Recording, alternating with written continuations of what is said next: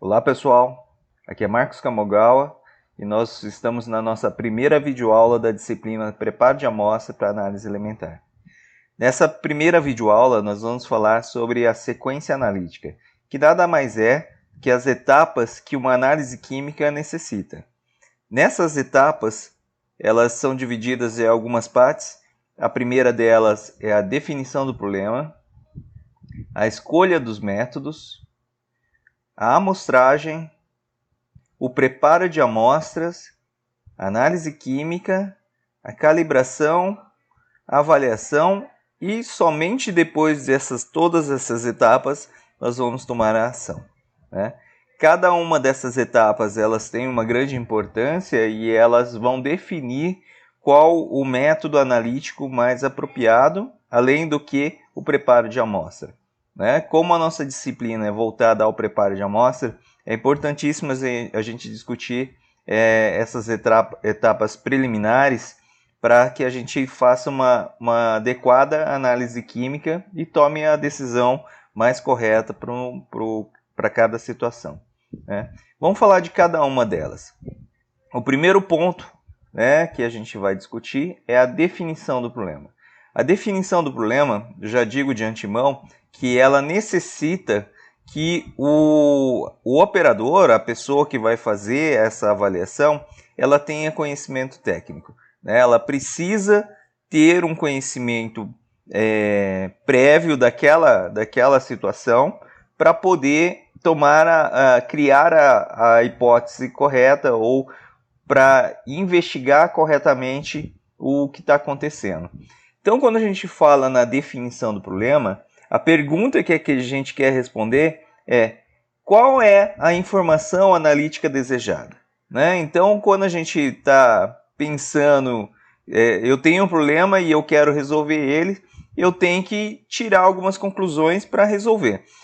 Como a nossa disciplina é voltada a preparo de amostra de elementos inorgânicos, metais de modo geral, eu vou sempre dar como exemplo o cenário agrícola, até porque a minha área de atuação é a química analítica voltada à agricultura, né? Então, vamos fazer uma simulação aqui para tentar explicar o que seria esse tópico da definição do problema. Vou imaginar que um agricultor tem uma área produção de soja e uma determinada região, né, dessa plantação ela não tem um bom desempenho, né? As plantas não têm boa produtividade, elas têm algum problema e o agricultor não sabe o que está acontecendo. Então, você como o técnico formado, você vai até a área para poder avaliar o que é o problema. Lembra que eu falei que aqui você vai precisar ter uma formação técnica para poder tomar as decisões corretas. O que seriam essas informações técnicas, né? Então, nesse caso, muito provavelmente o profissional tem que ser um agrônomo ou alguém que tenha experiência nessa parte de fisiologia de planta para poder avaliar. Então, dentro da agronomia mesmo, você vai ter que ter conhecimentos de fisiologia, você vai ter que ter conhecimentos de adubos e adubação, fertilidade, nutrição vegetal, conhecimentos em entomologia e microbiologia. Então, são vários os cenários possíveis que são os causadores desse problema. Então, no nosso exemplo aqui, vamos imaginar que as plantas de soja elas estão com sintomas característicos de deficiência de magnésio, né? Então, o técnico, o agrônomo, vai até lá, faz toda a avaliação daquele local, descarta as possibilidades de ser, por exemplo, uma infestação de insetos, né? Então, as possibilidades entomológicas, descarta as doenças de fitopatológicas, né? Algum fungo, alguma bactéria, e aí ele vai avaliar as características da planta, formulando uma provável hipótese que é a deficiência de magnésio. Só que até esse momento, isso é uma hipótese. Ele não tem como afirmar se é isso mesmo o problema. Se é, por exemplo, só isso a deficiência de magnésio. Pode ser condições antagônicas, né? Eu tenho um excesso de um determinado elemento que vai estar dando deficiência de magnésio, por exemplo, por uma questão competitiva ou a própria toxicidade. Então é importante, nesse momento, que seja feita uma análise química para confirmar essa hipótese, né, e trazer os dados de forma bem consistente para que ele possa tomar uma ação corretiva. Então, a definição do problema nada mais é do que olhar aquele cenário, criar uma hipótese do possível causador daquele problema e identificar quais seriam as técnicas mais apropriadas para responder a essa pergunta analítica, né? Qual é a informação que eu quero tirar? Feito isso, com a hipótese formulada, né, eu posso ter diversos cenários. Ela não necessariamente precisa ser uma só. Ela pode ser vários concomitantes. Então, eu posso ter, por exemplo, será que é deficiência nutricional? Será que é a contaminação de algo que está no solo? Será que é alguma doença de solo? Né? Um nematóide, por exemplo, ou alguma doença de raiz? Né? Então, são várias as possibilidades e o técnico vai ter que formular todas as hipóteses. Então, por exemplo, nesse cenário, se a hipótese número 1 é a deficiência nutricional, o que o técnico vai fazer? Muito provavelmente ele vai coletar amostras de solo para poder fazer a análise do teor de magnésio, não só de magnésio, mas de todos os nutrientes do solo que está sendo investigado. Se ele tem uma desconfiança que pode ser contaminação, por exemplo, por metais pesados, além dos micronutrientes, macro e micronutrientes, ele também fará a análise de contaminantes, como cádmio, chumbo e outros elementos possíveis. Se a doença é microbiológica, ele pode fazer uma avaliação desses organismos patogênicos presentes nele. Então, numa mesma coleta, ele vai destinar essa amostra a 3 possíveis metodologias de análise, né, com a determinação de vários elementos químicos que podem trazer aí um cenário de resposta para essa hipótese que ele está formulando. Feito isso, ele definiu então os possíveis problemas, agora ele tem que escolher qual a metodologia, o que ele vai utilizar para responder às dúvidas dele, a hipótese que ele formulou. Então nós vamos para escolher a metodologia. Como que a gente pode escolher o método mais apropriado? Né? Não é algo muito simples e também demanda conhecimento técnico para fazer essas afirmações e para fazer esse encaminhamento. Muitas vezes aqui você vai precisar ter uma interface entre diferentes áreas da ciência. Por exemplo, o engenheiro agrônomo vai ter que conversar com o engenheiro químico ou químico que vai definir qual é o melhor método para fazer essas avaliações. Existe sempre aquelas análises triviais, análise de solo, macro, micronutrientes, os métodos padrões, mas também existem algumas exceções que muitas vezes necessita de técnicas especiais. Então, para a gente responder qual o melhor método que a gente vai utilizar, normalmente a gente formula 5 questões. A primeira delas é: que informação analítica que eu quero? Né? Eu quero saber se aquela minha hipótese formulada ela necessita de uma informação qualitativa, presente ou não, ausente. Quantitativa, se ela estiver presente, quanto que tem. E análise estrutural ou de especiação. O que seria isso? Qual é a forma química que está presente nessas espécies? Então ela vai depender muito da nossa hipótese, do que eu quero avaliar. Né? Então a análise quantitativa nada mais é do que o que tem, se tem ou não tem. Análise quantitativa é quanto tem. Né? Nesse caso eu sei que tem, mas eu quero saber quanto que tem. É muito importante, por exemplo, para avaliação nutricional. Né? Não basta ter o elemento, mas será que ele está em quantidade suficiente? Tá? E a análise estrutural ela traz para nós, além dessas informações qualitativas e quantitativas, ele traz também a forma química que se apresenta.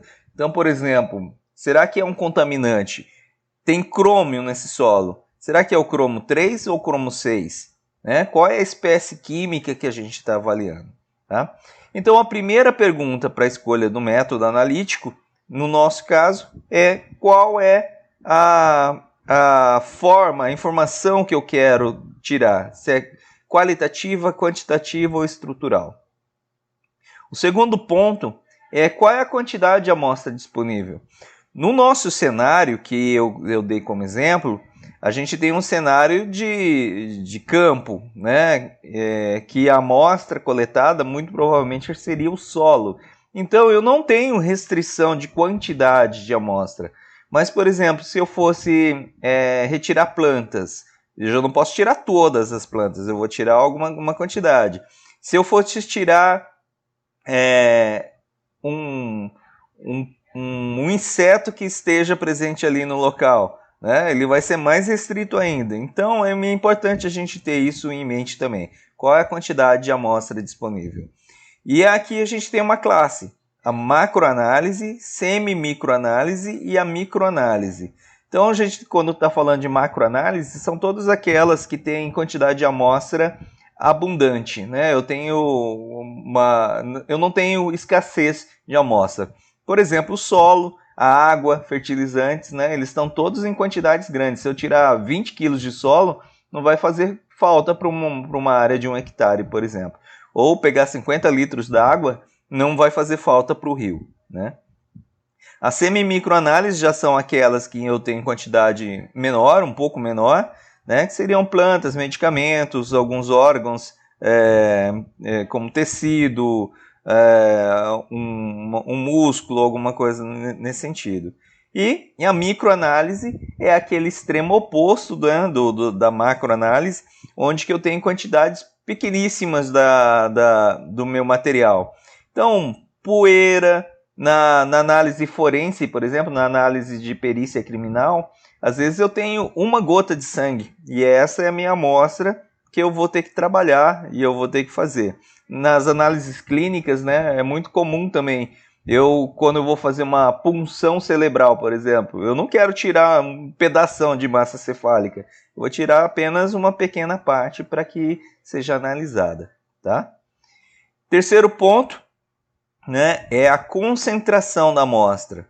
O elemento que eu quero analisar, ele está em quantidade suficiente nesse cenário? Eles têm concentrações elevadas ou ele é muito baixinho? Então aqui a gente também classifica isso como elementos em concentração traço, microelementos e macroelementos. É dessa definição que sai, por exemplo, a fertilização, né, os nutrientes necessários, né, os macronutrientes, micronutrientes. Esse macro e micro faz referência à concentração dos elementos. Então, toda vez que eu falo de macronutrientes, são quantidades daquele elemento, do analito, que está superior a 1%. Os micronutrientes são aqueles inferiores a 1%, né, mas têm quantidades significativas. E os elementos traços são aqueles que estão em quantidades muito baixas, quantidades menores que 0,01. Né? Essas quantidades, esses elementos traços, traz uma dificuldade analítica bastante grande, porque muitas vezes se apresentam na ordem de miligramas por quilo, microgramas por quilo, né, os famosos ppm, ppb. Então é muito importante que a gente tenha isso em mente também. E o quarto ponto é qual é a composição da amostra e do analito. Toda amostra, a grande maioria dos métodos analíticos que a gente tem hoje, que a gente usa usualmente, né, no laboratório, eles são técnicas laboratoriais, não dá para fazer no campo em si. Então, obrigatoriamente, eu preciso transferir essa amostra para o laboratório. Então, quando eu faço isso, eu preciso armazenar esse material e conduzi-lo. Então é muito importante que eu conheça também as características da minha amostra e do meu material. Então o que seria isso, né? Será que o meu analito, o elemento químico que eu quero determinar, ele é orgânico ou inorgânico? Como que ele se apresenta? Como sólido, líquido ou um gás? Né? Percebe que isso é importante? Por exemplo, se ele fosse um gás, né, um elemento volátil, o simples ato de remover a amostra do local dela e expor ela a um aumento da temperatura, por exemplo, colocar esse solo no porta-mala do carro para transportar, já faz a perda, né, do nosso analito. Ele já vai ser perdido para o ambiente, para a atmosfera em si. Então eu preciso preservar isso de alguma forma. Da mesma forma, a minha amostra também, a gente precisa olhar para ela. A minha amostra é o quê? Um sólido, um líquido, um gás? A constituição dela é orgânica ou inorgânica, ou é a mistura dos duas, né? Por que isso é importante? Porque isso vai definir, por exemplo, será que essa amostra eu tenho que congelar? Será que essa amostra eu posso secá-la, né? Posso colocar numa estufa e remover a água ou não? Né? Tudo isso traz uma série de informações e principalmente características importantes para o preparo da amostra. E a última pergunta que a gente vai definir para escolher um método analítico é qual é a melhor técnica que a gente vai poder utilizar. Essa pergunta da melhor técnica, do melhor instrumento analítico que a gente tem disponível para fazer isso depende da experiência, depende do conhecimento técnico do operador também, né? Então a gente vai precisar de olhar para aquelas 4 perguntas anteriores para poder escolher a melhor técnica. Se a gente fizer uma avaliação do nosso exemplo aqui que eu dei, né, que possivelmente, a hipótese possivelmente é deficiência de magnésio, né? Então na primeira pergunta, que é se ela é uma análise qualitativa, quantitativa ou estrutural, nesse caso eu quero saber, né, se tem magnésio e eu quero saber quanto tem de magnésio. Não necessariamente eu vou precisar fazer uma análise estrutural nesse caso. Então me basta uma análise quantitativa. Mas essa informação quantitativa é importante. Eu tenho uma quantidade de amostra bastante grande, porque provavelmente eu vou coletar solo ou a planta. E tanto o solo como a planta, eu não tenho limitação de massa, eu tenho quantidades apreciáveis, então isso não vai ser problema. A concentração de magnésio normalmente no solo, ela é um macronutriente, então ela vai estar em quantidade relativamente alta. Ela vai ter valores aí que estão provavelmente superiores a 1%. Então, nesse caso, a técnica que eu vou utilizar, ela não necessariamente ela tem que ser uma técnica com alta sensibilidade, né? Ela pode permitir que a gente faça, por exemplo, uma análise volumétrica, né, com bons resultados. Agora, vamos imaginar que a hipótese verdadeira, a hipótese que realmente é a causadora do problema, é a contaminação por metais. E esses metais vão estar em concentrações muito baixas. Então, nesse caso, eu vou precisar escolher uma técnica que tenha capacidade de fazer a determinação em concentrações muito baixas, na ordem de miligrama por litro ou até menos, microgramas por litro por quilo, né? As características da amostra também para o nosso cenário.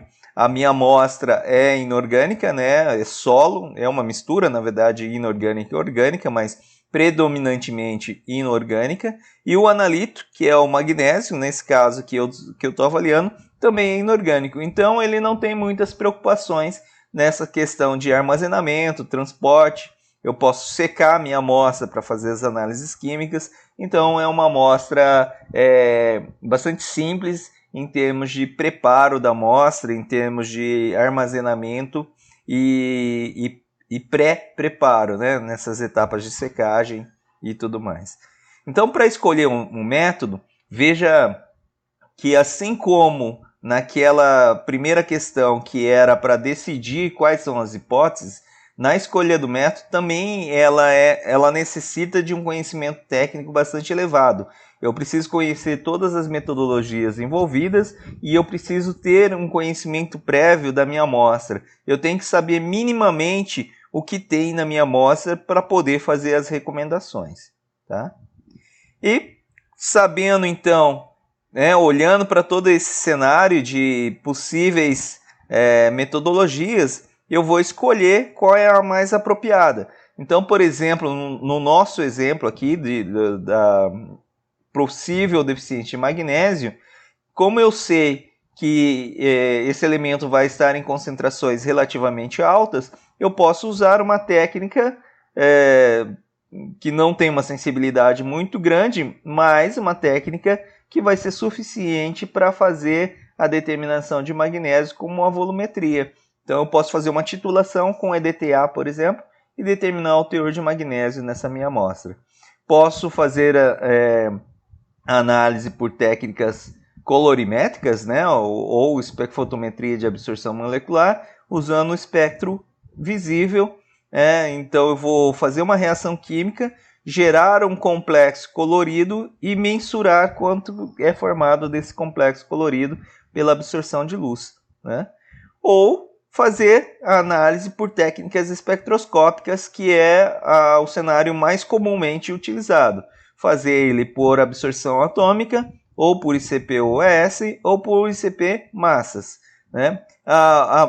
Dentre todos, para a determinação de magnésio, o mais comum é fazer a determinação por absorção atômica com atomização em chama, o famoso FAAS.